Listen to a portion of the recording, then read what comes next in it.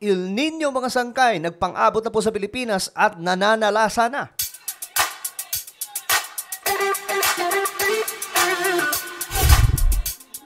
Magandang oras po sa lahat ng ating mga kababayan, lahat po ng mga solid sangkay. So panibagong vlog tayo ngayon at medyo mainit-init po yung ating topic ngayon dahil patungkol po ito sa El Nino mga sangkay na naramdam na daw po ang paghagupit dito sa Pilipinas. Bago tayo magsimula, pakisubscribe po muna yung ating YouTube channel. Ayan po, sa baba ng video na to, makikita nyo po dito sa YouTube ang subscribe button. Pindutin nyo lamang po yung subscribe, pindutin ang bell, at pindutin nyo po yung all. Okay? At sa mga nanonood naman po sa Facebook, huwag nyo pong kalilimutan na i-follow ang ating Facebook page. At eto mga sangkay, sa mga nanonood din po sa Facebook, may papagawa lamang po ako sa inyo saglit. Habang po kayo ay nanonood, makikita nyo po dito yung tatlong tuldok. Ayan po, ginawa ko na po ng halimbawa na video. Check nyo lamang mga sangkay sa taas ng video na to. Ito mismong pinapanood nyo, may makikita kayong tatlong tuldok. Pindutin nyo lamang po yan, tapos may lalabas po na show more. Then pindutin nyo po yung plus or show more. After that mga sangkay, pindutin nyo rin po yung notification bell katabi ng subscribe. Tapos pindutin nyo po yung all. Okay? Huwag nyo pong kalilimutan mga sangkay. So ito na nga, pag-usapan na po natin itong patungkol sa hagupit ng El Nino. Ayon kasi sa report mga sangkay, nasa Pilipinas po ito at nananalasa na mga sangkay. Siguro naman, alam nyo na to, pag sinabing El Nino, talagang mabigat na problema ng maraming mga bansa.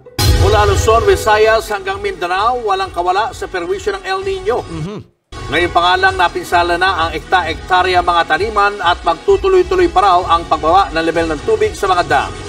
Naku po, magtutuloy-tuloy pa ang pagbaba ng level ng mga patubig sa mga dam, mga sangkay.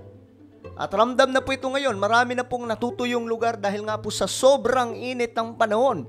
Hindi ko alam kung nararamdaman nyo yan, sa gabi, medyo malamig tayo. Pero pagka-araw naman, Diyos mio marimar, napakainit po ng panahon. Nasa frontline ng balitang yan si JC Cosico. Pagpasok pa lang ng taon, kapansin-pansin na ang patuloy na pagbaba ng water level sa ilang dam sa Luzon ayon sa Pag-asa. So yan po yung patunay na ang El Nino ay talagang nagpang-abot na po sa Pilipinas. Mararanasan po ito ng ilang buwan mga sangkay.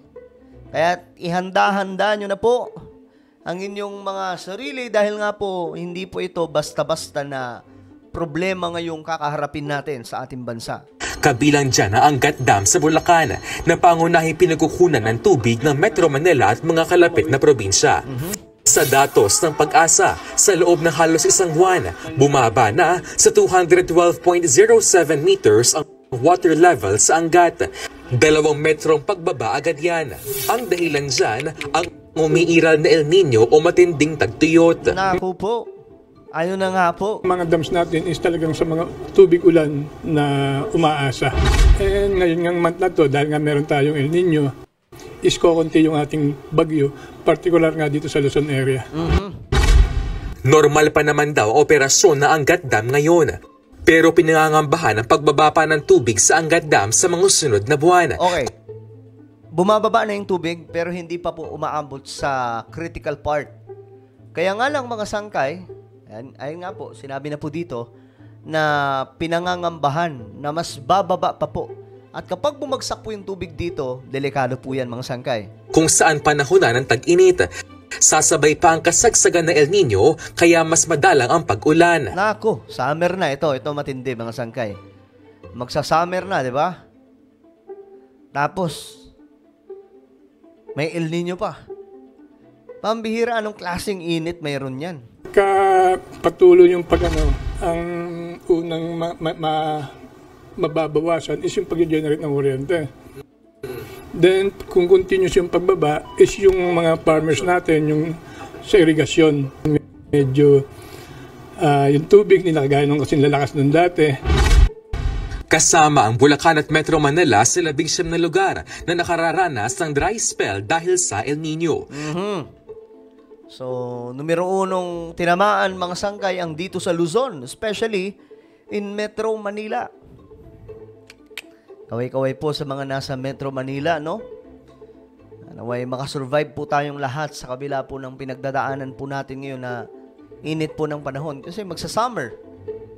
Etong matindi magsa-summer, mainit ang panahon. Siyempre, summer nga eh. During summer, mayroon pang El Nino.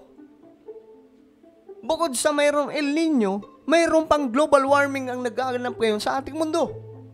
Summer na, mayroon pang El Nino, may global warming pa. Ano na? Anong kahihinatnan na ito, mga sangkay?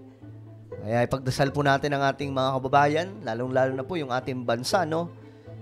Naway, pare-parehas po tayo makasurvive, mga sangkay, sa matinding init ng panahon.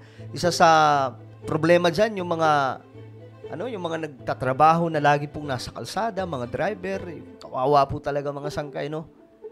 Mag-iingat po, laging magdadala ng tubig. Yan po yung isa sa mahalaga na dapat gagawin ng mga driver, yung mga naglalako. Sa dry spell, 2 hanggang 3 bang bawas ang pag-ulan. 8 lugar naman ang nakararanas ng drought o matinding tagtuyot. 3 hanggang 5 buwang walang gaanong pag-ulan dyan. Karamihan sa mga apektado ng El Nino ay mga probinsya sa Luzon. Ayon pa sa Pag-asa, posibleng lumala pa yan hanggang Pebrero. Tingnan nyo, mga sangkay, tuyo na. Wala nang tubig. Yun ang magiging problema ngayon. Sabi pa naman, mga sangkay, mas malala po itong El Nino na mararanasan ng buong mundo ngayon. Kaya naman, mga sangkay, actually, yung ibang mga bansa, mas malupit po ang tama nitong El Nino. Sa Pilipinas, kumbaga, blessed pa po tayo kasi kahit paano, nararamdaman man po natin, kaso sanay po tayo sa init. Sanay din po tayo sa bagyo. No? So, nababalance po natin. Kaya nga lang, mga sangkay, hindi maiiwasan na magkakaroon po talaga dyan ng casualties. 'Di ba? May mga heat stroke na magaganap dyan. Ano pa ba? Yung tinatawag na heat wave. Kasi doble-doble to eh. Summer, El Nino, global warming. Ay, nako. Pagsapit naman ng Marso, maaari pang madagdagan ang mga lugar na mararamdaman ng bagsik ng El Nino. Nako po, Marso. At umabot pa hanggang Visayas at Mindanao. Kung consistent na may reduction sa ulan, sa mga lugar na yan ay maaaring maapektuhan ang kanilang lalo sa agriculture, sa yung ibang sektor, no? Including in agriculture. Yan talaga yung unang tatamaan, agrikultura. So, masamang panahon ito, mga sangkay, El Nino. Di ba, madalas ang nababanggit kapag uulan na, kapag medyo dumidilim na, sasabihin ng iba, tingnan nyo na yung mga sinampay nyo doon, medyo masama na yung panahon. Di ba? Pero, ang totoo, mga sangkay, masama rin po ang panahon kapag po tag-araw ng sobra. Lalong-lalo na po kapag kagaya po nito na may mga drought na o kaya El Nino. Pero ngayon pa lang, perwisyo na ang hatid ng El Nino sa sektor na agrikultura sa Zamboanga del Norte. Ay, nako po. Sa datos sa Agriculture Department, higit 22 hektarya sakahan ang napinsala ng El Nino. Ngayon pa lamang yan, mga sangkaya. Ngayon pa lang, wala pa po yung pinaka-climax. Ang climax ata by April, kung di po ako nagkakamali. Ang halaga ng mga nasirang pananim, higit 717,000 pesos. Ang mga yan, naitala lang sa higit 20 magsasaka pa lamang. Sabi ng DA, tinuturuan na raw nito ang mga magsasaka sa tamang pamamahala ng mga tanim. Hinihikayat din nito ang pagkatanim ng drought-resistant crops o mga pananim na kayang mabuhay sa matinding tag-init. Kamakailan lang, nagpulong ang mga miyembro ng ni-reactivate na Task Force El Nino para mapaghandaan ang epekto nito sa bansa. Magkakaroon din nila ng El Nino online platform para makapagbigay impormasyon at makapaghanda ang publiko para sa tagtuyot. Okay yan, maganda yan, mga sangkay.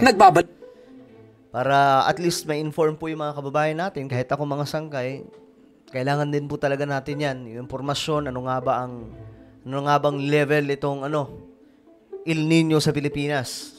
So yan po, mga sangkay, ang balita tungkol po dyan sa El Nino. Ano ba ang inyong opinion? Just comment down below. And now, guys, meron pa akong Facebook group. Saan na ba yun? Wala na naman siguro. Wala na. Okay, ito na lang, mga sangkay. Meron po tayong Facebook, YouTube. Meron po tayong YouTube channel na Sankay Revelation. Hanapin nyo lamang po ito sa YouTube. Malamang.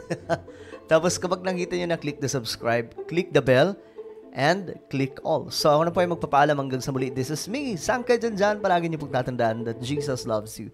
God bless everyone.